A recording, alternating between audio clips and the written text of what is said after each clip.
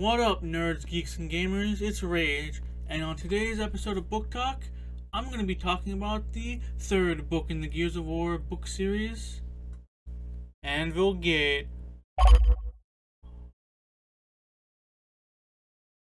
Fantastic. I am a um broken record with this. I already know it. If you've managed to watch the last two videos that I've made for Gears of War, I'm sure I'm gonna sound stupid saying like basically the same thing, but incredible book, incredible book. 9 out of 10. Astro's Fields, everything I wanted in the Gears of War book. Jacinto's Remnant, everything I wanted in Gears of War book and more. Anvil Gate, I told you for Jacinto's Remnant, it was a 8 out of 10, and I don't know what they could add to make it a higher score. Let me tell you, this is everything that I wanted without even realizing it.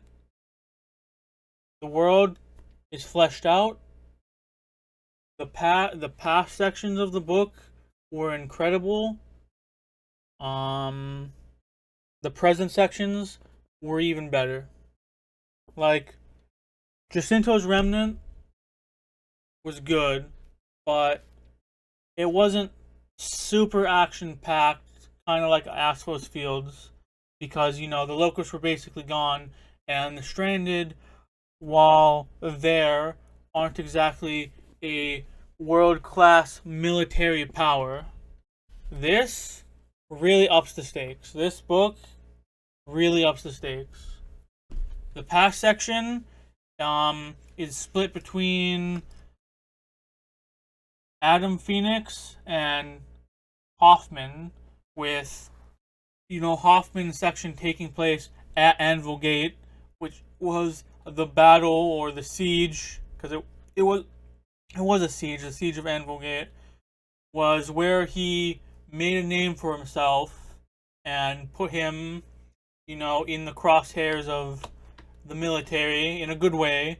That ended up with him getting promoted. So it was really, where the trajectory of Hoffman's career changed.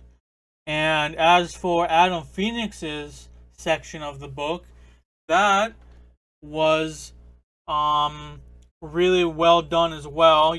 We got to see more of the 26 RTI, the Unvanquished.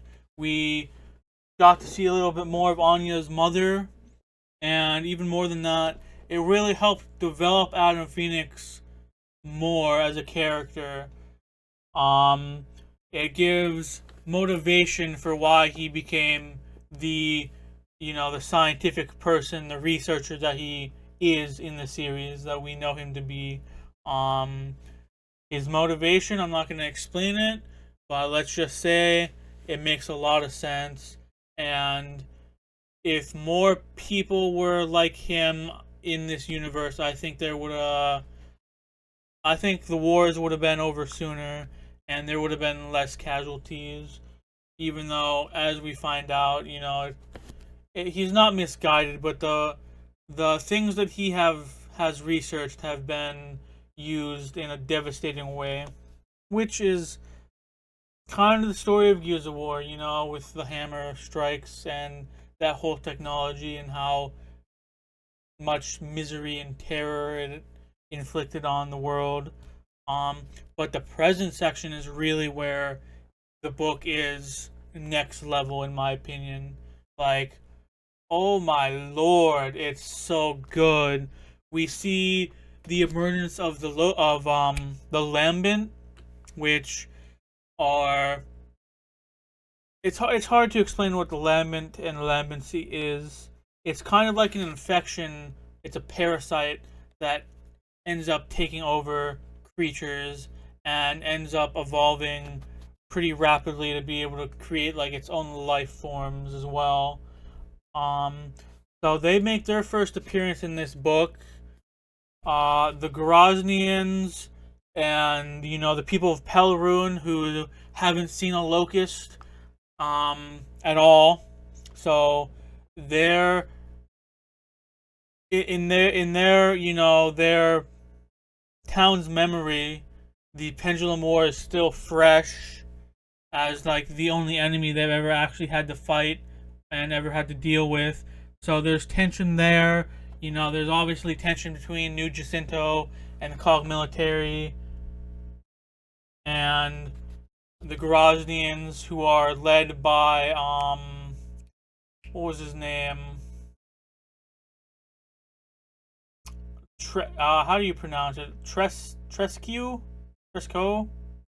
something like that. But it's really fun watching the tensions kind of simmer. Seeing how some characters try and break it. They're trying to build bonds, and how like the Groznians are kind of resisting it. They still view Trescu as their only leader. They're not happy about having to join forces with the Cogs.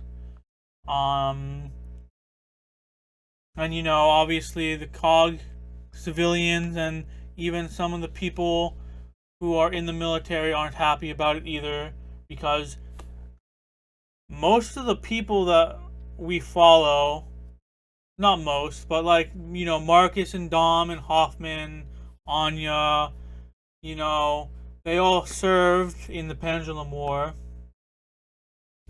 Prescott was the assistant chairman, or whatever the position was called, during the Pendulum War too, for at least a few years, I do believe, if I remember correctly.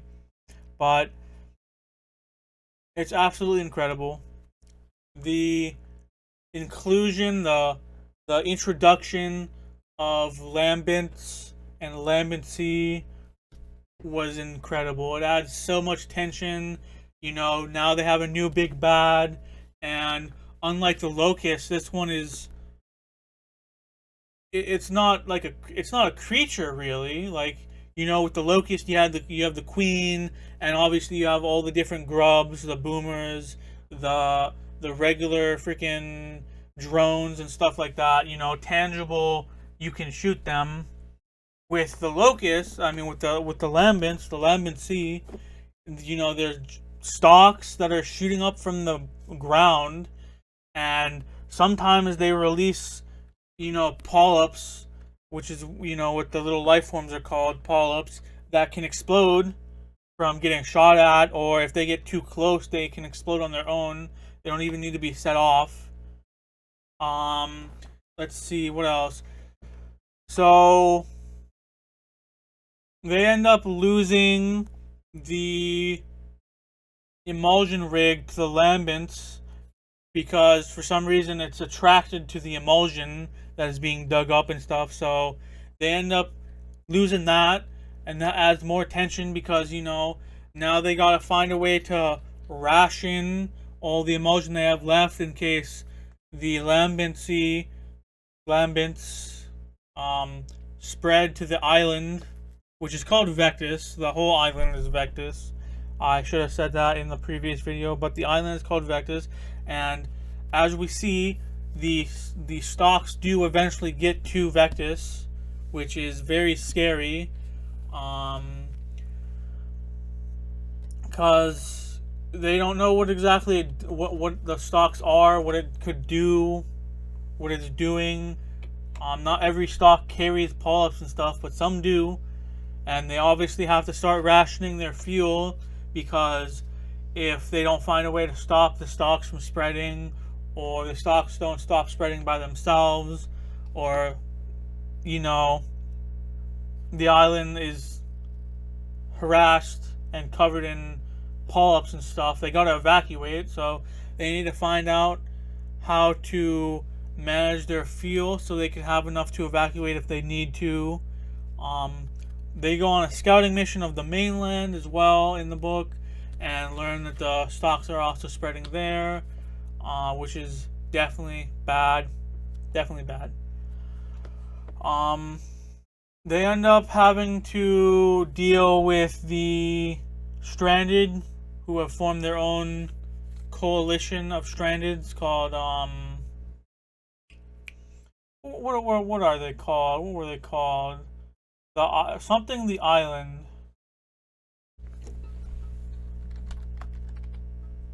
Lesser Islands Free Trade is what they're called. Free Trade Area, Free Trade, Lesser Island Free Trade is basically the name they go by. So they have to deal with that as well. You know, they have to figure out how to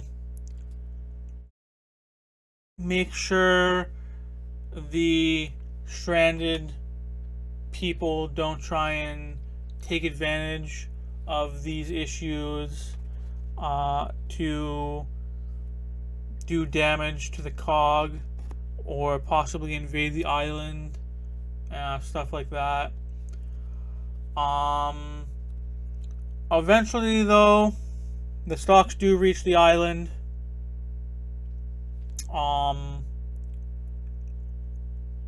And it's starting to kill the land around it.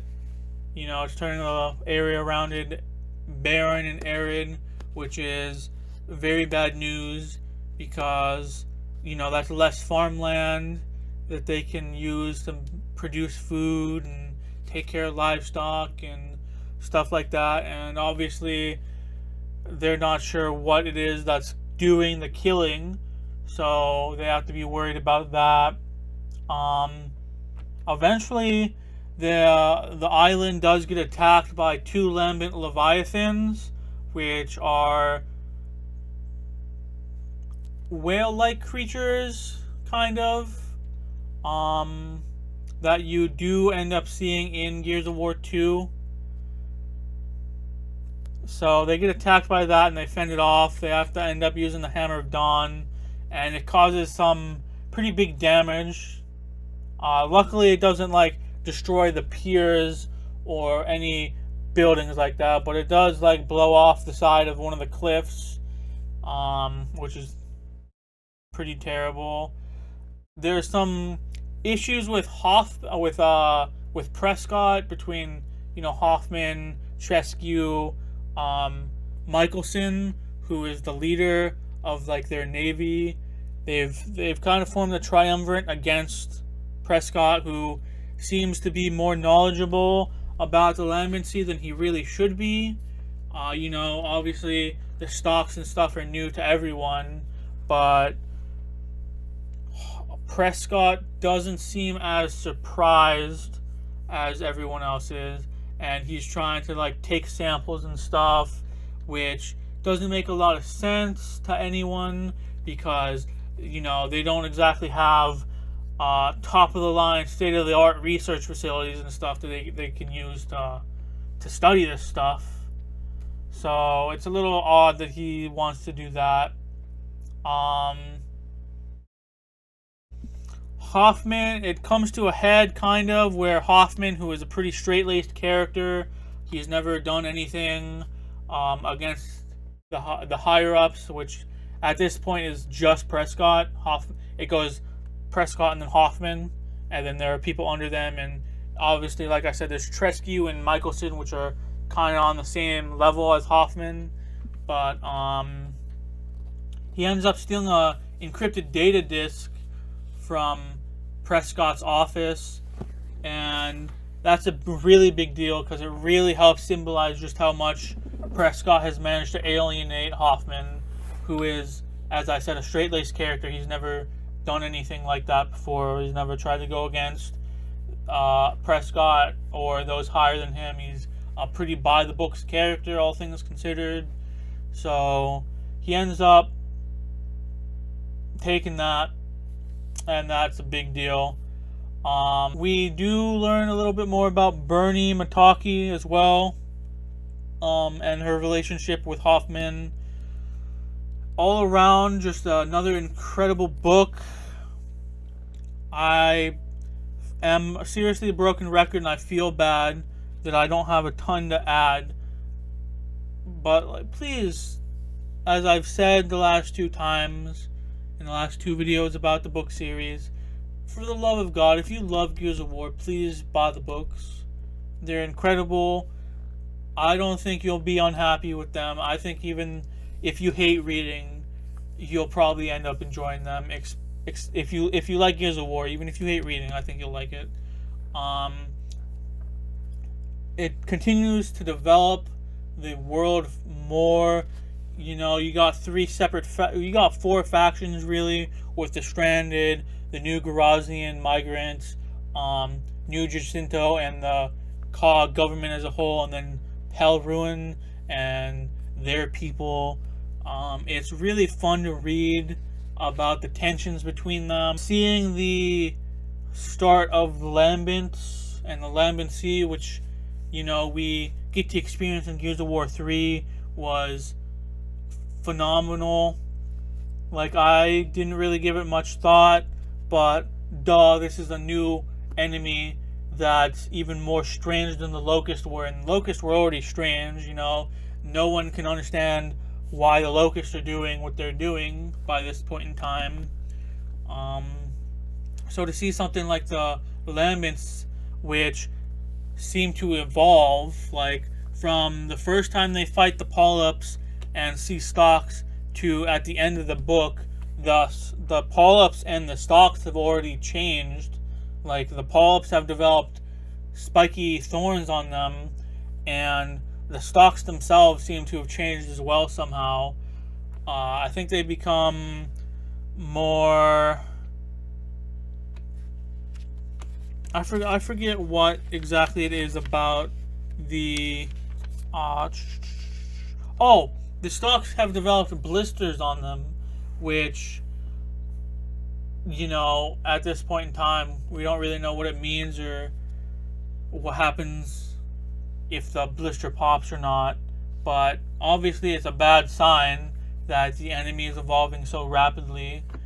And it's so interesting to read how the characters react to Lambency and stuff, especially because Delta's already kind of had run-ins with it in Gears. I want to say in both Gears 1 and 2, they've run into Lambent locust creatures and stuff like that, but they don't really know what it is yet. They don't understand it. So to see it continue to develop in here is incredible, very exciting.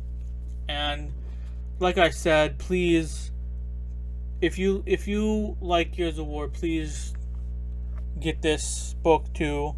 Like, obviously I would hope that you'd read them all, but the trilogy of Jacinto's Remnant, Anvil Gate, and Coalition's End is really good. It's fantastic. I can't recommend it enough, and I really hope you guys will decide to read it or find an audio book for the trilogy at least. A 9 out of 10, and the only reason it's a 9 out of 10 is because of the next book, which I think, in my opinion, is a 10 out of 10. This was fantastic reading. I couldn't put it down. I probably finished this book in one day. I did nothing but read it. I really, really loved it. It was fantastic.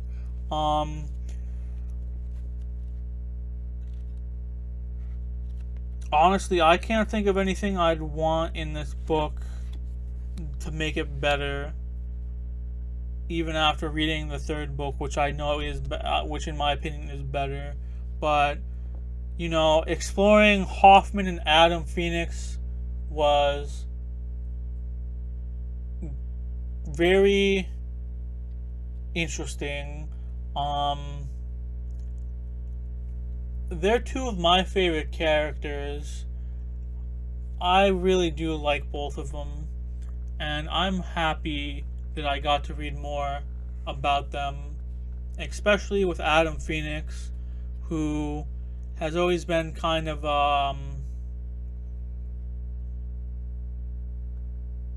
what's the word, mysterious, I guess, which is basically the whole point of him. But it was really nice to read more about him, and to see we also get to. I didn't mention this, and I know I'm doing a bad job of reviewing these when I keep mentioning stuff at the end of the video, but we also get to see a little bit about Kid Marcus, which was nice. Um, Seeing more of Marcus's childhood is always interesting in these books.